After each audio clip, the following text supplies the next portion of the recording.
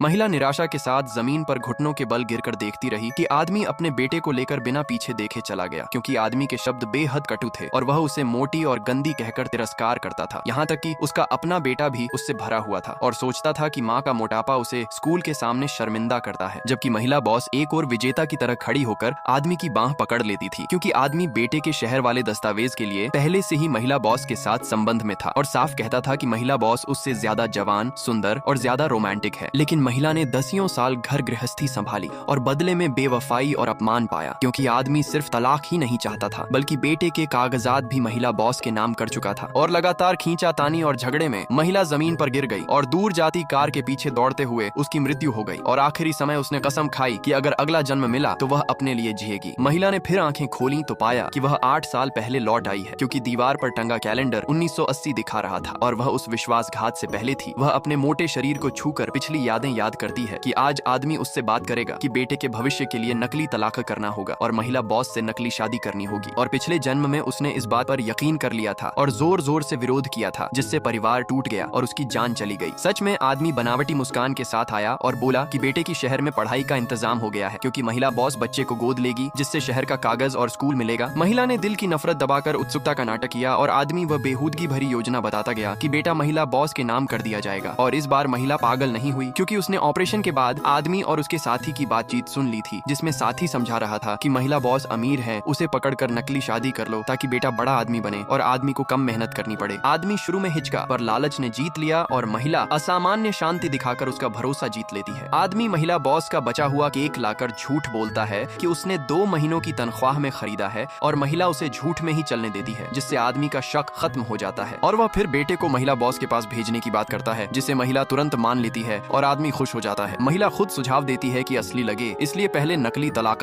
और फिर नकली शादी होगी। और आदमी मूर्खता में वादा करता है कि बेटे के कॉलेज जाने के बाद वह महिला बॉस से अलग होकर उससे शादी करेगा। लेकिन महिला मन ही मन हंसती है, क्योंकि पिछले जन्म के घाव अभी भी ताजा हैं। कागज बनते ही आदमी सोचता है कि उसकी योजना परफेक्ट है और उसी दिन बेटे को लेकर महिला बॉस के घर जाने लगता है और महिला मुस्कुराकर सामान बांधती है और बेटे को समझाती है। लेकिन कार जाते ही महिला की मुस्कान गायब हो जाती है और वह अंदर जाकर पौधे हटाकर मिट्टी के नीचे से एक कपड़ा निकालती है, जिसमें उसने कई वर्षों से जमा किए 3000 रुपए छिपाए थे, क्योंकि इस जन्म वह पतली, सुंदर और अमीर बनकर अपनी जिंदगी की नायिका बनना चाहती है। वह पैसा लेकर एक बंद होने के कगार पर खड़े जिम में साझेदारी करती है और उसका नाम बदलकर पांदोंग लाय रखती है और खुद पहला विज्ञापन बनती है। 3 महीने बाद जिम की कमाई 10 लाख पहुंच जाती है और नाम बिगड़ता है। जबकि आदमी महिला से कोई खबर न मिलने पर परेशान रहता है और साथियों के कहने पर होटल में बेटे के लिए पार्टी रखता है और इत्तेफाक से उसी दिन महिला भी उसी होटल में अपने जिम की सफलता की पार्टी में धूम मचाने पहुंची होती है।